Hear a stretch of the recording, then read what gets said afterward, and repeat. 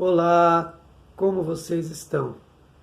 Eu sou o André e sejam bem-vindos ao canal Poesia Nunca Mais. Hoje eu vou falar um pouco e mostrar alguns livros que me formaram como leitor, né? Espero que o vídeo não fique longo. Então vamos começar. Bom, o primeiro livro que eu tenho memória de ter lido foi um livro chamado A Sementinha, que eu não sei quem é o autor ou a autora ou os autores. Um livro infantil, A Sementinha. E eu só tenho essa informação sobre o livro. Já procurei a capa dele, não encontrei de jeito nenhum. Eu tinha acho que 7 anos. Mas do que eu me recorde, o primeiro livro que eu li, realmente um livro, né? Um texto, né? E não só ilustração e uma frase, né? Por página. Foi O Pequeno Príncipe, do Antoine de Saint-Exupéry, que é um escritor francês, que era aviador, que teve o avião abatido durante a Segunda Guerra Mundial. O avião caiu no mar, né? Então essa aqui é a história dele, que ficou famosa no mundo inteiro, vendeu milhões de exemplares e vende até hoje, né?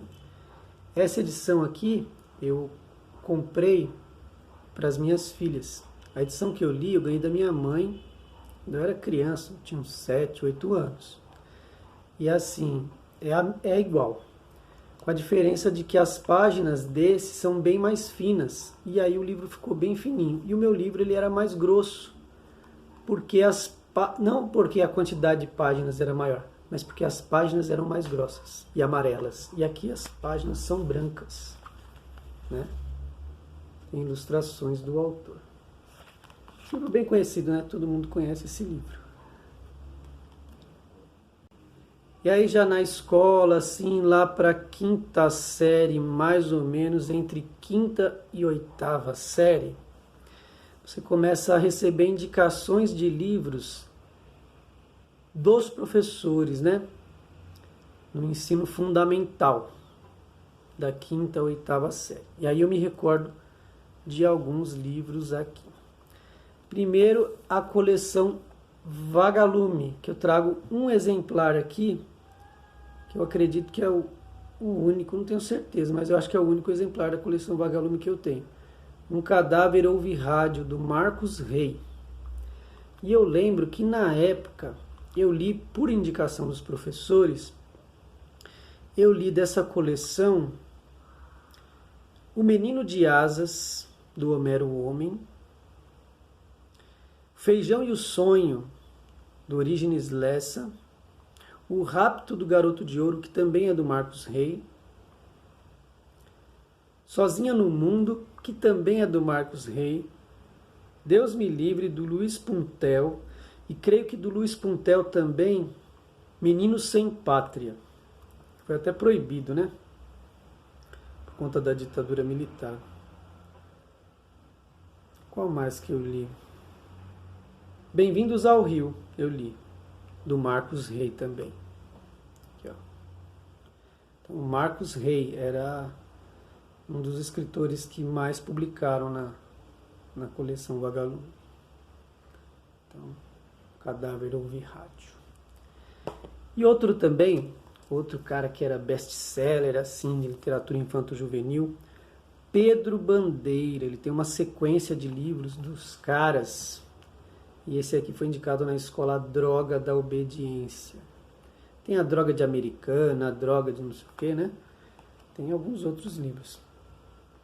Dele eu li só A Droga da Obediência, mas eu tenho outros livros dele. Eu tenho um Pântano de Sangue, que eu não li até hoje, mas eu tenho alguns livros dele. Pântano de Sangue, Anjo da Morte, A Marca de uma Lágrima, Droga da Obediência. São esses que eu tenho. Do Pedro Bandeira. E uma outra coleção. Essa coleção já não foi indicada pelos professores, mas eu descobri quando eu comecei a frequentar o ônibus biblioteca, né, que é um ônibus que parava nos bairros da periferia de São Paulo todo, né? um determinado dia da semana, se eu não me engano aqui no bairro era de terça-feira, das 9 ao meio-dia. Você ia lá e pegava livros, creio que até 2 ou até 3 livros para a semana. E aí eu descobri aqui a coleção Para Gostar de Ler. E a partir dessa coleção eu acabei descobrindo as obras desses autores aqui. Então esse aqui, os primeiros 3 volumes, eram de crônicas do Paulo Mendes Campos, do Rubem Braga, do Carlos Drummond de Andrade e do Fernando Sabino. Com exceção do Rubem Braga, que é do Espírito Santo, os demais são os chamados cronistas mineiros, né? Então dessa coleção, depois apareceram de outros autores, também crônicas e também contos. E tem essa edição aqui, do Para Gostar de Ler, volume 6, essa aqui é volume 3. E essa aqui, volume 6, é o específico para poesia. Então tem os poetas aqui, Cecília Meireles, Henriqueta Lisboa, Mário Quintana e Vinícius de Moraes.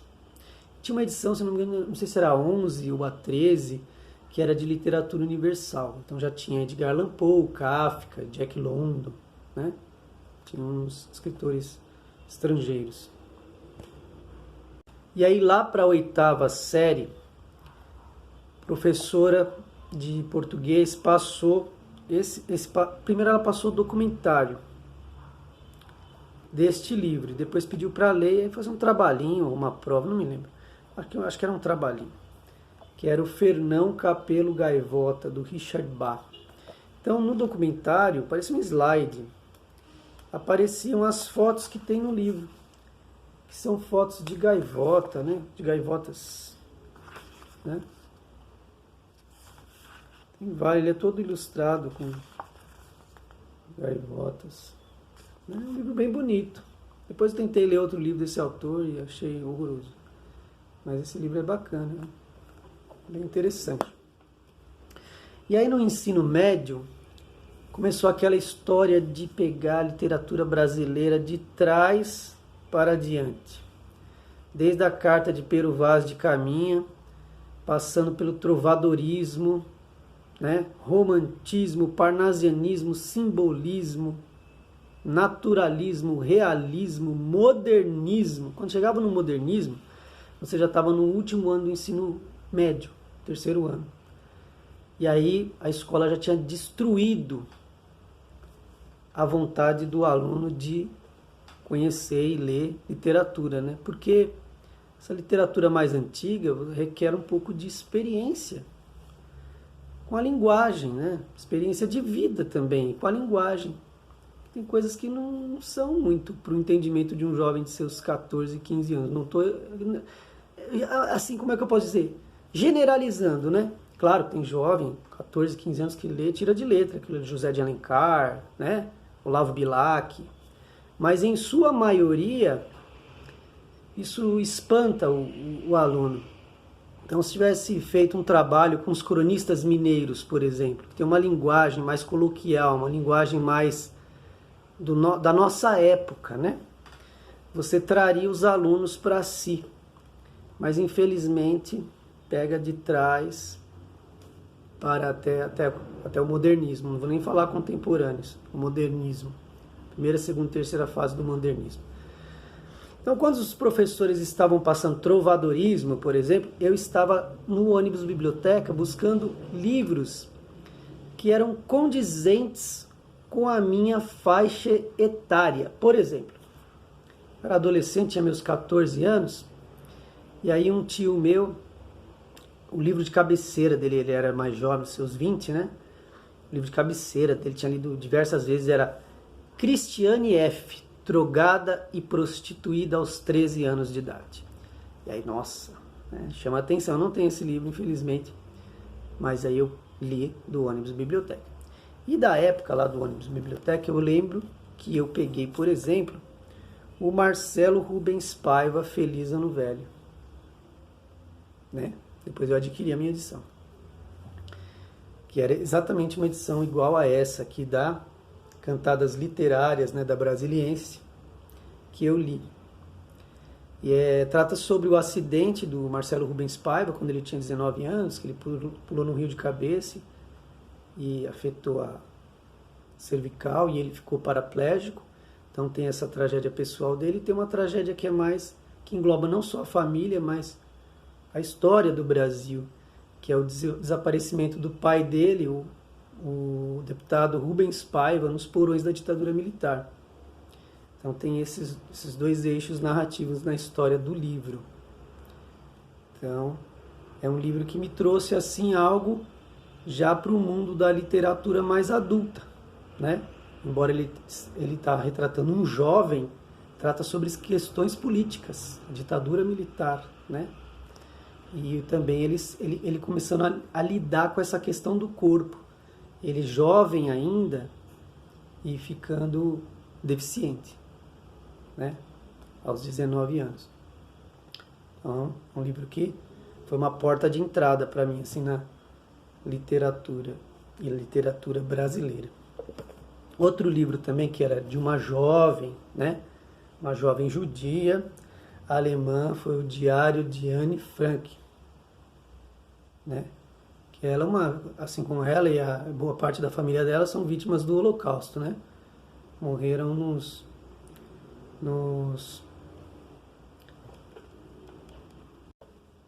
campos de concentração. Então, aí esse livro começa a ser escrito por uma menina de 13 anos, né?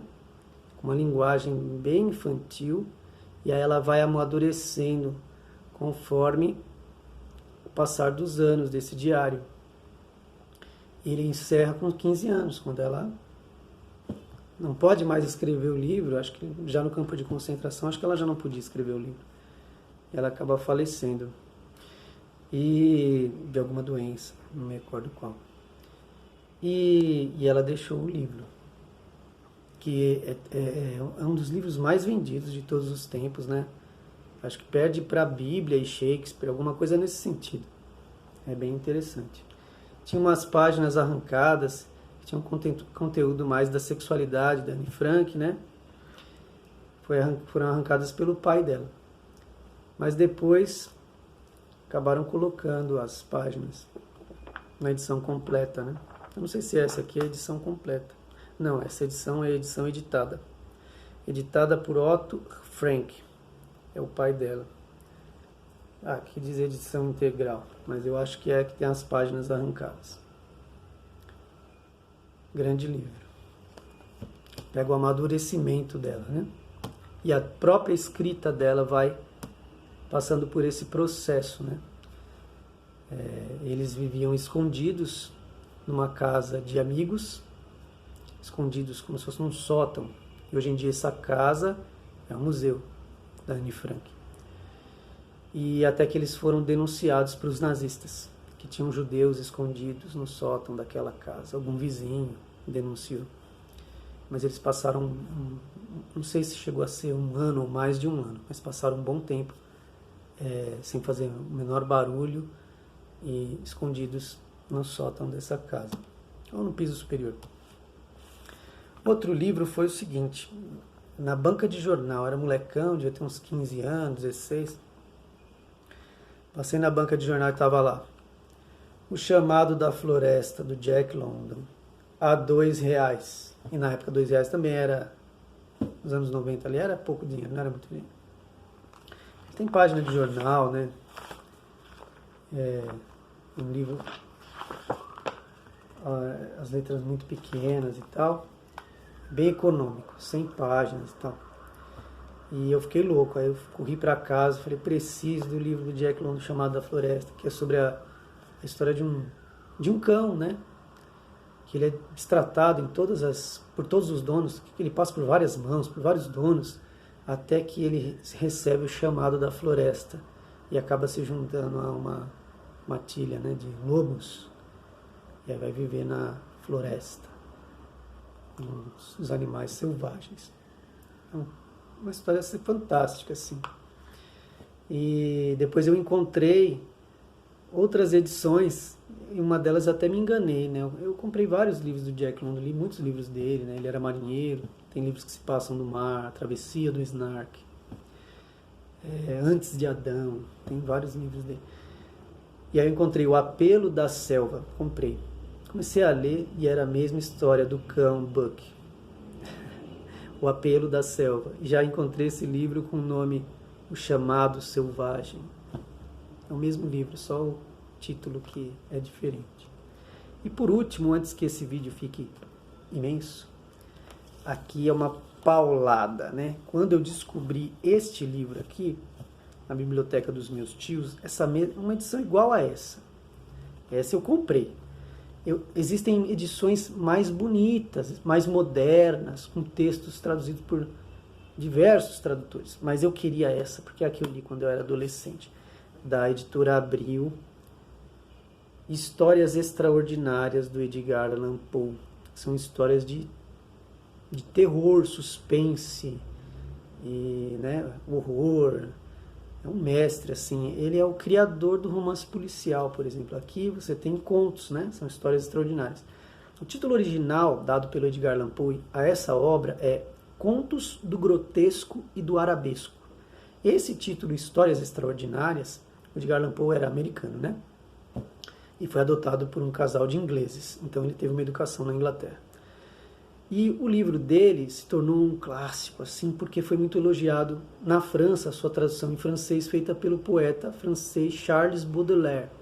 E quem deu o título de Histórias Extraordinárias foi o Baudelaire. Na França saiu como Histórias Extraordinárias. Mas você encontra esse livro com as duas traduções aqui no Brasil. Contos do Grotesco e do Arabesco, que é o título original dado pelo Edgar Allan Poe, e Histórias Extraordinárias, título que se tornou conhecido na Europa através da tradução do poeta francês Charles Baudelaire, que era o autor das Flores do Mal, né? Então aqui esse livro, ele tem uma folha de guarda que é um cemitério, né? Como se fosse um espelho aqui, né? Que tem muito a questão do duplo nos contos do Edgar Allan Poe, por exemplo, William Wilson, né?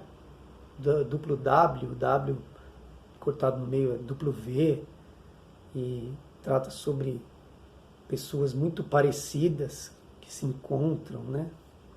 Não são irmãos gêmeos, mas como se estivesse olhando num espelho. E aqui você tem o retrato mais famoso do Edgar Allan Poe, uma pequena biografia dele, e os contos, traduzido pelo Breno Silveira e outros tradutores, está escrito. Essa edição de 1981, Prêmio Sebo. E aqui os contos que tem, fantástico.